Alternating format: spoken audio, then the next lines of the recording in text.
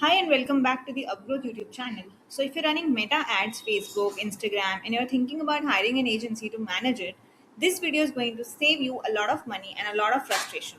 Because here's the uncomfortable truth, most Meta ads agencies in India in 2026 are still running 2021 playbooks. Same strategies, same structures, same excuses when results don't come in. And they are changing 2026 and they are charging 2026 retainer pricing for it.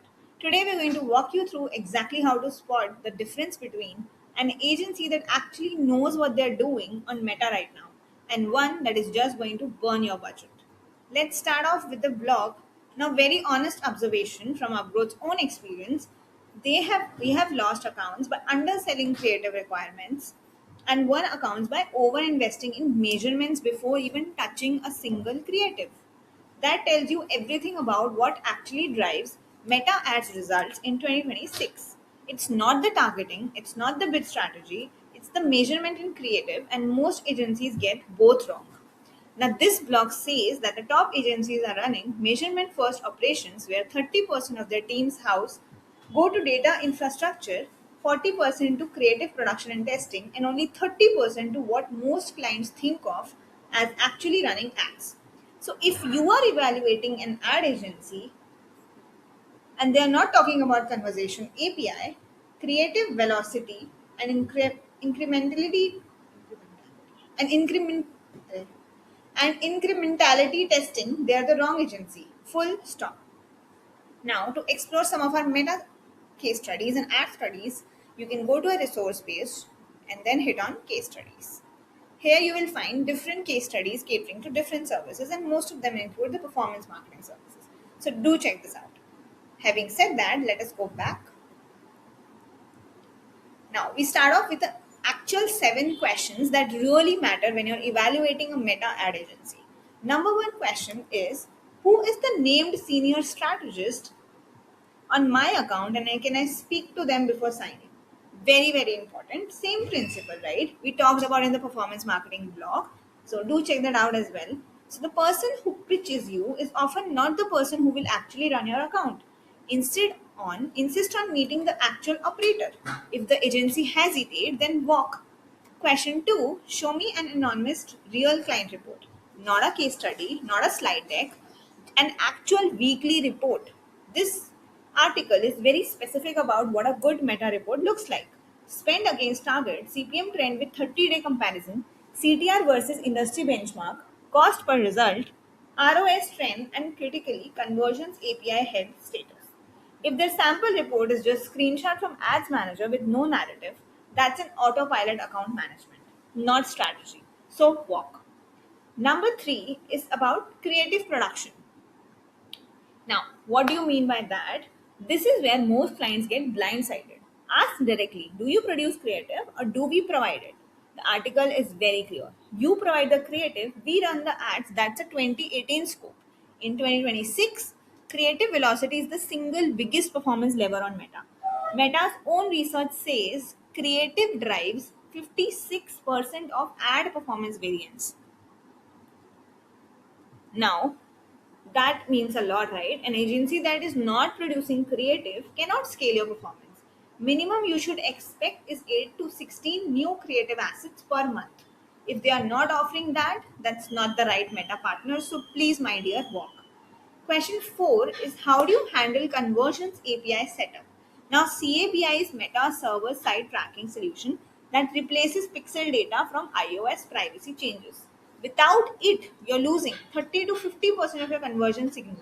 A good agency should be able to explain what CAPI method specifically does, whether it's direct integration, server side GTM, or a tool like Stake. So they should talk about event deduplication, user parameters, quality scores, even if they give you a vague answer on this.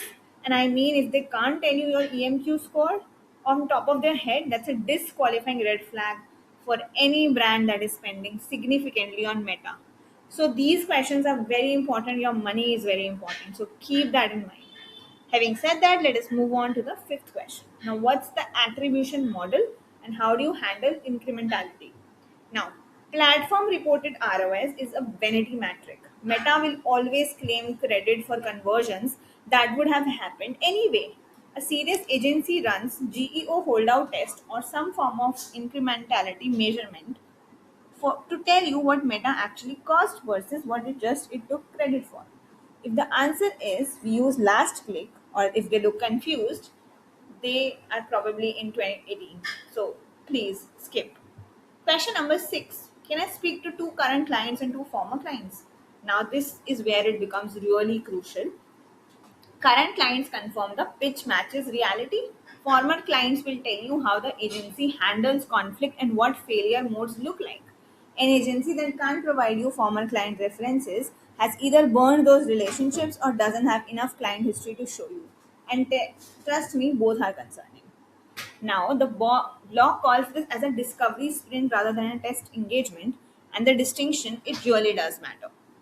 Before moving ahead, let us look at this article which is linked here, which is what a good meta agency in India scope looks like.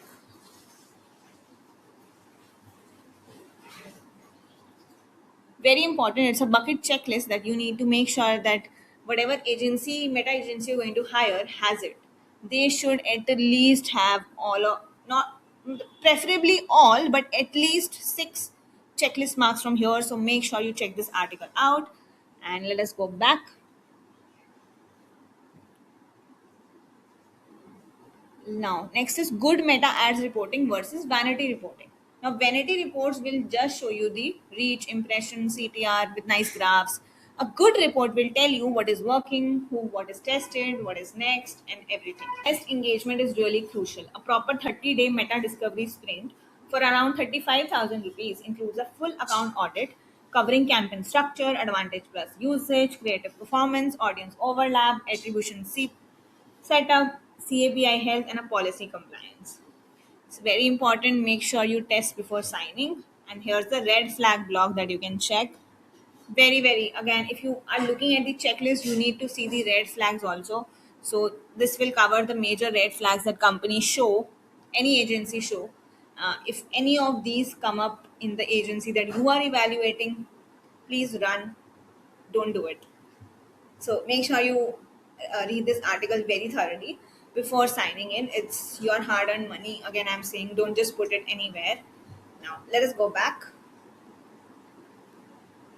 Reference check questions that surface real question. Now, pitch provided references are very curated, right? Your job is to get signal from them anyway within the question that surfaces texture. Now, ask what's the one thing this agency does materially better than any other agency you have worked with? What's the one thing you wish they would have improved? And how did they handle the last time your account underperformed? All of these really matter. Next up is the puff bar compliance ratio. Now, to make this tangible, what happens is, now let's look at the puff bar compliance ratio, what good evaluation protects. Now, to make this tangible, here's a ratio from a regulated vertical meta engagement. A vape accessories brand had been with a different meta agency for 14 months. Now, they have had 2.5 lakh per month retainer against rupees 8 lakh in monthly media spend. Agency was a very well-known premier Facebook partner with 5 industry awards.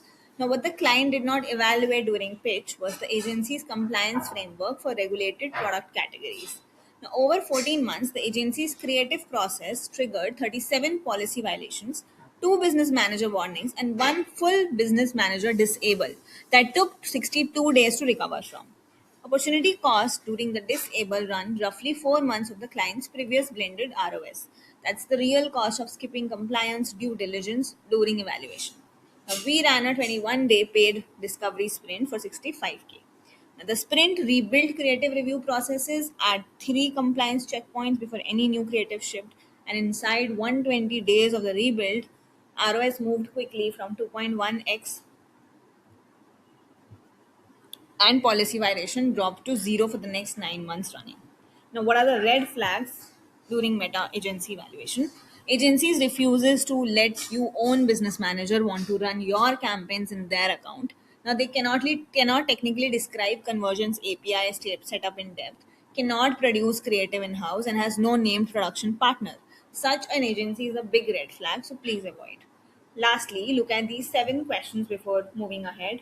with any agency is very very important. You can also explore meta ad agency versus freelancer versus in-house.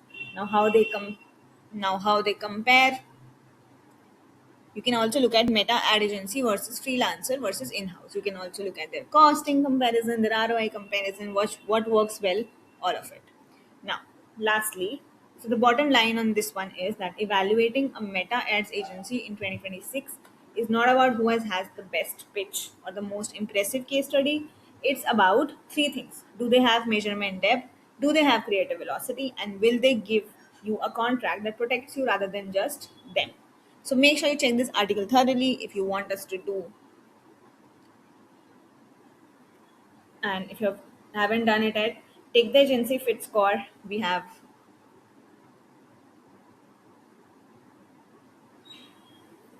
You can also find the agency fit score at resources here. You can take this diagnostic to find out the right fit for your company. And look at these, lastly, look at these advanced questions for anyone who is more curious about meta ad agency. Subscribe to our channel if this was useful and drop a comment. Are you currently evaluating a meta agency or are you already in a retainer that's not working?